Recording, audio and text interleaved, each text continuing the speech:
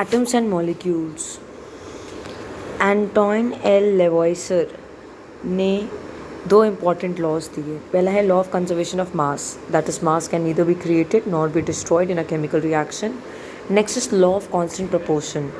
In a chemical substance, the elements are always present in definite proportion by mass. H2O में hydrogen और oxygen जो होगी, एक hydrogen का मास होता है 2, ऑक्सीजन का मास होता है 16. दो अलग अलग हैं, इनको प्लस कर दो. 18 एटॉमिक मास यूनिट है इसका मास, एमओ एटॉमिक मास यूनिट. ठीक है, तो ये चाहे तुम्हारे घर का पानी है चाहे मेरे घर का पानी है. डाल्टन की एटॉमिक थ्योरी क्या है, तो वो पहला डेफिनेशन क्या थी, law of conservation of mass, that is mass can neither be created nor be destroyed in a chemical reaction. Law of constant proportion मतलब in a chemical substance the elements are always present in definite proportion by mass. Dalton की atomic theory क्या है, all matter is made up of tiny particles called atoms. ठीक है, atoms can neither be created nor be destroyed in a chemical reaction. फिर atoms of same element are identical in mass and chemical properties. एक element है hydrogen, उसके सारे atoms क्या होंगे, same होंगे मास एंड केमिकल प्रॉपर्टीज़ में, but atoms of different elements have different masses and chemical properties. Atoms always combine in the ratio of small whole numbers to form compounds. The relative number and kinds of atoms are constant in a given compound. Atom is the smallest unit of matter. Atom may exist independently, may not exist independently. जैसे chlorine है, chlorine का एक atom अकेला exist कर सकता है, तो वो क्या हो गया, वो हो गया मोनोएटॉमिक मॉलिक्यूल, क्योंकि वो अकेला एग्जिस्ट कर लेता है. पर हाइड्रोजन का, ऑक्सीजन का, इनका, नाइट्रोजन का, इनका अकेले एग्जिस्ट नहीं कर पाता, तो ये केवल एटम ही है. H2O2 N2 अकेले एग्जिस्ट कर लेते हैं, तो मतलब ये डाई एटॉमिक मॉलिक्यूल है जो अकेला एग्जिस्ट कर सकता है. इसका मतलब मॉलिक्यूल क्या होता है, group of atoms which can exist independently. और एटम में और may not exist independently.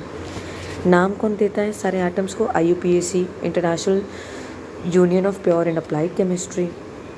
Atomic mass, पहले हम लोग क्या यूज़ करते थे, एक तरफ हम रखते थे वेट में, एक तराजू में हम रखते थे ऑक्सीजन और दूसरी तरफ हम रखते थे बाकी एलिमेंट्स. क्यों ऑक्सीजन ने क्यों यूज़ किया, इसके दोनों पॉइंट्स रट डालो.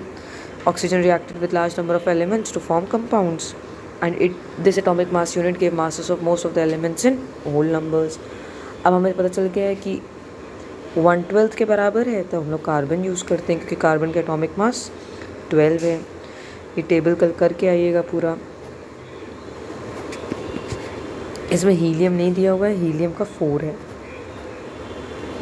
हाइड्रोजन का एटॉमिक मास कितना है 1, कार्बन का कितना है 12, नाइट्रोजन का 14, ऑक्सीजन का 16, सोडियम का 23, मैग्नीशियम का 24, सल्फर का 32, क्लोरीन का 35.5, कैल्शियम का 40. हमने ऑक्सीजन क्यों लिया था पहले, because it gave masses of most of the elements in whole numbers or it reacted with large number of elements to form compounds. Atom हो सकता है अकेला एग्जिस्ट करे, हो सकता है ना भी करे. तो atom is the smallest unit of matter which may और may not exist independently. But molecule क्या है, group of atoms which exist independently. इसमें यहाँ पर एटॉमिसिटी की डेफिनेशन होगी, ये लर्न करके आना. The number of atoms in a molecule is called atomicity. जैसे कि क्लोरीन का तो एक ही एटम अकेला एग्जिस्ट कर सकता है, तो ये मोनो एटॉमिक मॉलिक्यूल है. हाइड्रोजन H2 अकेला एग्जिस्ट कर सकता है, तो ये डाई एटॉमिक मॉलिक्यूल है. तो इसकी एटॉमिसिटी क्या है,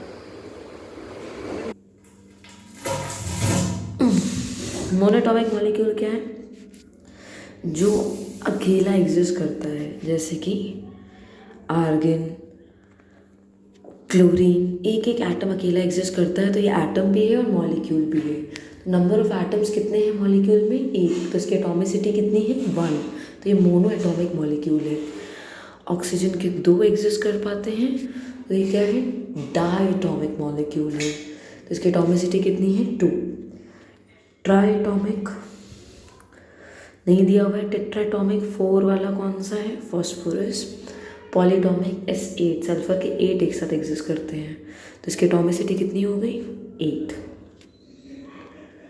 नेक्स्ट, वाटर का अगर मैं रेशियो कहूँ निकालने के लिए, तो वाटर H2O है, एक हाइड्रोजन का मास होता है 1 यूनिट, 2 का हो गया 2। रेशियो निकालना है मतलब अपॉन करना है, ऑक्सीजन का होता है, ऑक्सीजन का तो एक ही है H2O में, एक का होता है 16, तो 1:8। अमोनिया NH3, N है तुम्हारा बेटा 14, H है तुम्हारा 3, 14:3, CO2, कार्बन है 12, ऑक्सीजन है 16, बटे 2 है तो 32, काट लो इसको, 4 3 12, 4 8 32, 3:8। आयन क्या होता है? रट लो, जैसे एटॉमिसिटी है number of atoms in a molecule, वैसे ही आयन है charge species are known as ions. What are ions? Charge species are called ions. Underline करो अपनी बुक में। पॉजिटिव चार्ज आयंस को क्या कहते हैं? कैटायंस। नेगेटिव चार्ज आयंस को क्या कहते हैं? एनायंस। तो जैसे सोडियम है वो पॉजिटिव चार्ज आयन है, सारे मेटल्स पॉजिटिव चार्ज आयंस हैं, उन्हें कैटायंस कहेंगे। क्लोरीन नेगेटिव चार्ज आयन है, उसे एनायन कहेंगे। ऑक्साइड नेगेटिव चार्ज आयन है, उसको एनायन कहेंगे। Group of atoms carrying a charge is called polyatomic ion. बहुत इंपॉर्टेंट है group of atoms carrying a charge. जैसे कि अमोनिया NH3 है, 2 बड़े बड़े अल्फ़ाबेट आ गए और वैलेंसी क्या है? +1, तो ये क्या है? अमोनियम है NH4, वैलेंसी 1, तो पॉलीएटॉमिक आयन है। कैल्शियम ऑक्साइड देखो, पहले कैल्शियम ऑक्साइड है तो पहले फॉर्मूला बनाओगे, CaO बना। कैल्शियम का मास कितना होता है? कैल्शियम का मास होता है 40। Let's see the table, yes it is 40। तो और ऑक्सीजन का कितना होता है? 16। 5:2। मैग्नीशियम सल्फाइड, पहले फॉर्मूला बनाइए, Mg, sulphide is S, Mg की वैलेंसी 2, सल्फर सल्फाइड की भी 2, सल्फर की सारी चीज़ों की वैलेंसी 2 होती है, MgS। Mg का होता है आई गेस 24, यस 24, ठीक है। कहाँ हैं हम लोग? और सल्फर का होता है 32,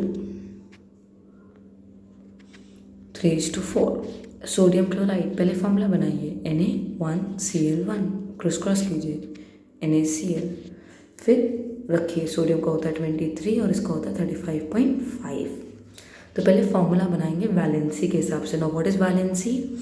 combining power of an element. What is valency? Combining power of an element. देखो डेफिनेशंस लर्न कर लो। एटॉमिसिटी क्या होती है? Number of atoms constituting a molecule. Ions क्या होते हैं? Charge species are known as ions. Positive charge ions को हम कहते हैं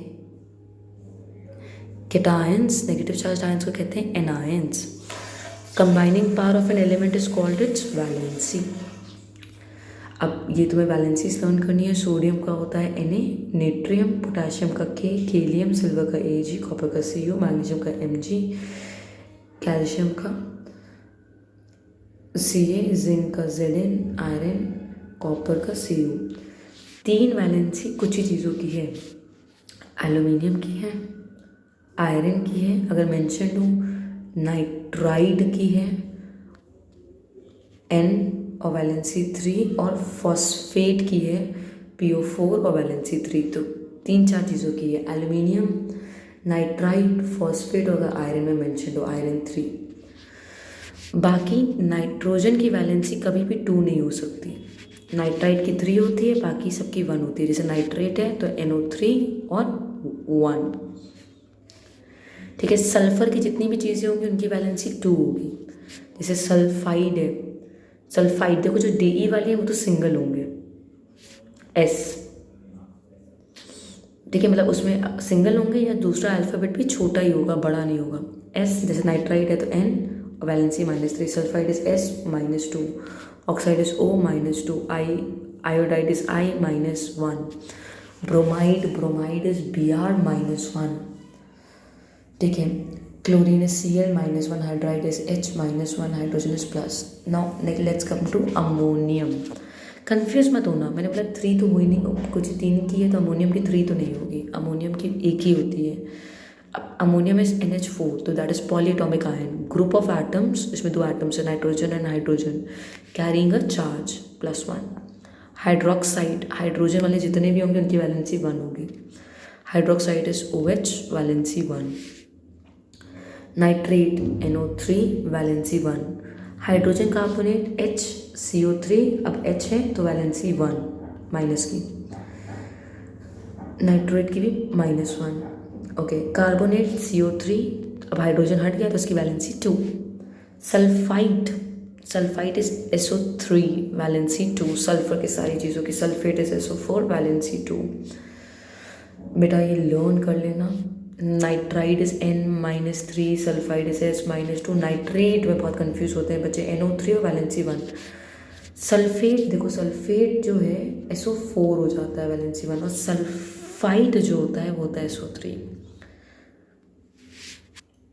माइनस, एक सेकेंड, सल्फेट होता है SO4 -2, सल्फाइड होता है SO3 -2.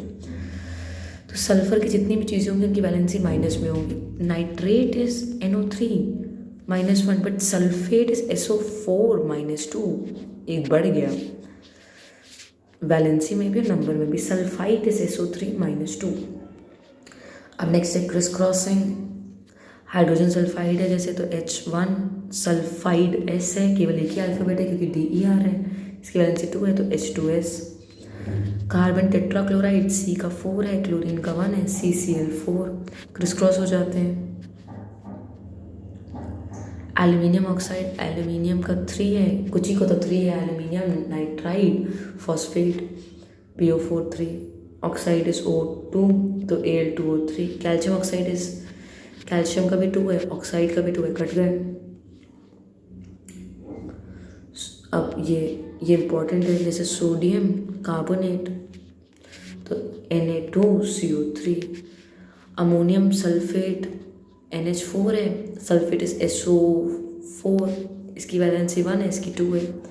अब जब ये पॉलीएटॉमिक आयन के पास जाएगा 2 तो पॉलीएटॉमिक आयन ब्रैकेट में हो जाएगा. ये देखो, ये क्या है, एल्यूमिनियम सल्फेट, ये है कैल्शियम क्लोराइड, ये है पोटेशियम सल्फेट. NO3 है तो पोटेशियम नाइट्रेट, कैल्शियम कार्बोनेट. अब नेक्स्ट H2O का मास ढूंढना है. मास में वैलेंसी का कोई मतलब नहीं है. फॉर्मूला दिया हुआ है, अच्छी बात है, फॉर्मूला ना दिया होता तो बनाना पड़ता है वैलेंसी से फॉर्मूला. अगर कहता वाटर तो वाटर का पहले फॉर्मूला लिखते हैं.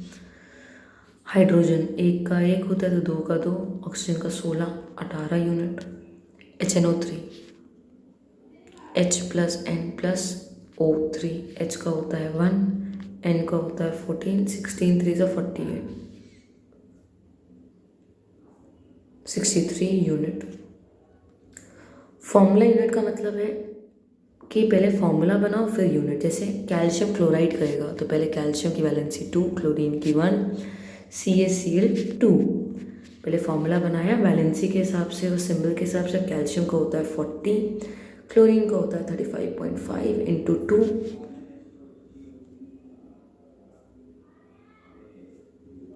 प्लस कर लेंगे 111 यूनिट. ऐसे देखो, ऐसे करके कर लेंगे.